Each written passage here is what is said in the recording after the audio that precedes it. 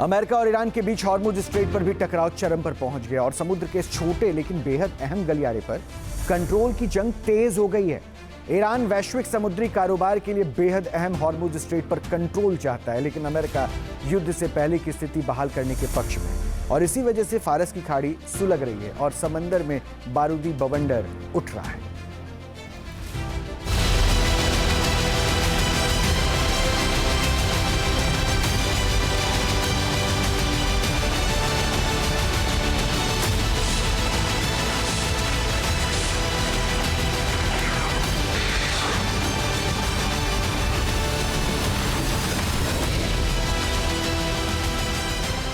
फारस की खाड़ी में अमेरिकी और ईरानी नेवी आमने सामने हैं।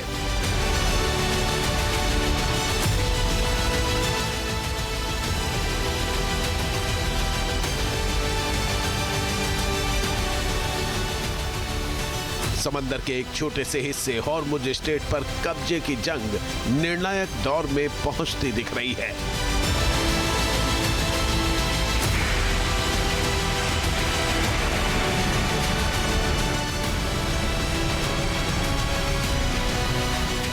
वैश्विक समुद्री कारोबार के लिए बेहद अहम हॉर्मुज स्ट्रेट पर फिलहाल ईरान का कंट्रोल है।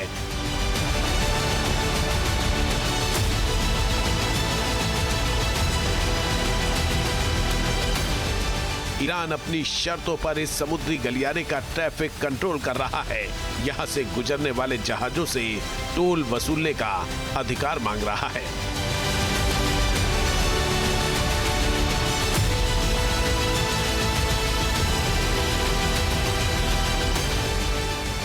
हालांकि अमेरिका इस मांग से सहमत नहीं है, इसीलिए उसने ईरान की समुद्री नाकेबंदी कर दी है।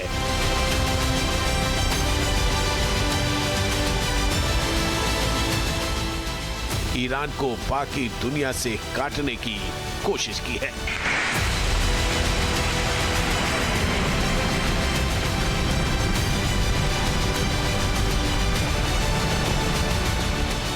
अमेरिकी सेंट्रल कमांड यानी सेंटकॉम ने कहा है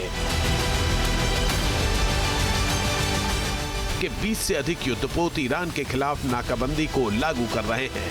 अमेरिकी सेना ने अब तक 111 वाणिज्यिक जहाजों को रास्ता बदलने के लिए मजबूर किया है।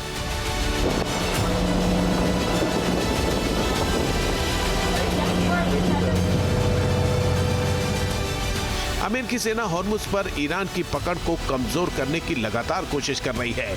इन्हीं कोशिशों के तहत अमेरिकी सेना ने 3 दिनों में 2 बार ईरान की पोर्ट सिटी बंदर अब्बास को दहला दिया है।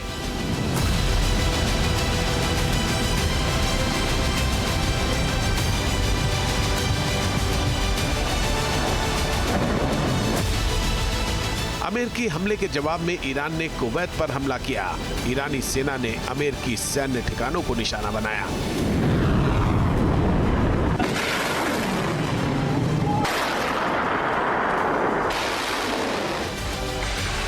अमेरिका के इस एक्शन से हॉर्मुज स्ट्रेट को लेकर दोनों देशों का टकराव भीषण संघर्ष में बदलता दिख रहा है।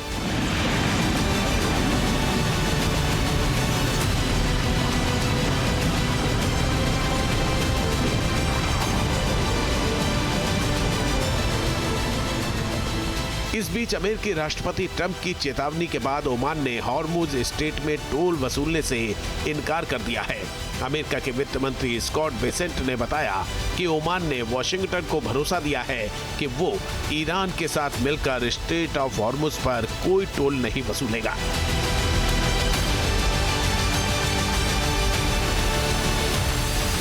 I had a call with the Omani ambassador this morning, and he assured me that there were no plans for tolling the strait. As he said, our countries have had 200 years of good relations. He wants to have another 200 more. And I told him that this was a non-starter, and he did not want to risk either the Omani individuals or Omani financial institutions getting sanctioned.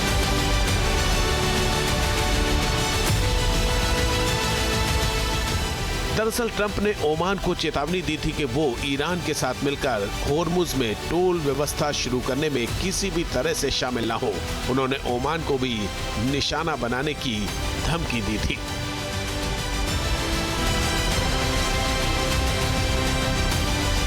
Trump के बयान से साफ है कि वो हर हाल में Hormuz strait खुलवाना चाहते हैं। वो ईरान का साथ देने वाले देशों को भी बख्शने के मूड में नहीं दिख रहे हैं। इस बीच ट्रंप ने अगले दौर की जंग शुरू होने के भी संकेत दे दिए हैं। उन्होंने ईरान की सैन्य ताकत को मिट्टी में मिलाने का दावा करने के साथ कहा है कि अमेरिका के सारे विकल्प खुले हुए हैं।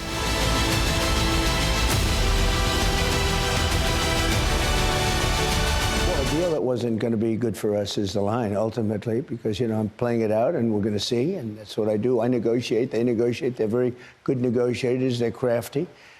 But in the end, we have all the cards because we've defeated them militarily. Look, they have no Navy. Every ship, they have 159 ships.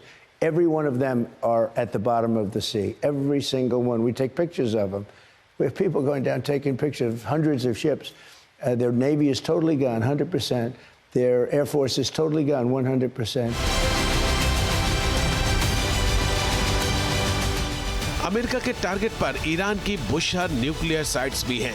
बातचीत से एटमी प्रोग्राम का समाधान न निकलने पर अमेरिकी और इजरायली सेना ईरान के इस परमाणु ठिकाने पर हमला कर सकती है। इसी कारण रूस ने बुशहर न्यूक्लियर साइट्स पर अपने कर्मचारियों की तैनाती को रद्द कर दिया है। रूस को डर है कि अमेरिका बुशहर न्यूक्लियर साइट्स पर हमला कर सकता है। रूस की सरकारी परमाणु निगम रोसाटॉम ने बुशहर में अपने कर्मचारियों की वापसी को स्थगित कर दिया है। युद्ध के कारण रोसाटॉम पहले ही इस साइट से 813 कर्मियों को निकाल चुकी है और केवल 20 लोगों को ही तैनात रखा है। संकेत बता रहे हैं कि मिडिल ईस्ट में फिर से जंगी चिंगारी सुलगने लगी है। अमेरिका की तरफ से ईरान को लाउड एंड क्लियर मैसेज दिया जा चुका है कि या तो डील करो या सरेंडर।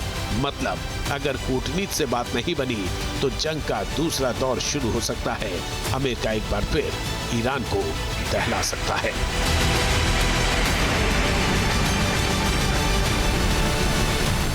आपके मोबाइल पर तुरंत आएगी ब्रेकिंग न्यूज। स्क्रीन पर सबसे पहले दिखेगी बड़ी खबर। देश दुनिया की हर खबर एक जगह। अब आपके मोबाइल पर तुरंत फटाफट इंस्टॉल कीजिए न्यूज नेशन ऐप और रखिए खुद को अपडेट। आपके मोबाइल पर तुरंत आएगी ब्रेकिंग न्यूज। स्क्रीन पर सबसे पहले दिखेगी बड़ी खबर। देश दुनिया की हर खबर एक जगह। अब आपके मोबाइल पर तुरंत फटाफट इंस्टॉल कीजिए न्यूज नेशन ऐप और रखिए खुद को अपडेट। आपके मोबाइल पर तुरंत आएगी ब्रेकिंग न्यूज। स्क्रीन पर सबसे पहले दिखेगी बड़ी खबर। देश दुनिया की हर खबर एक जगह। अब आपके मोबाइल पर तुरंत फटाफट इंस्टॉल कीजिए न्यूज नेशन ऐप और रखिए खुद को अपडेट।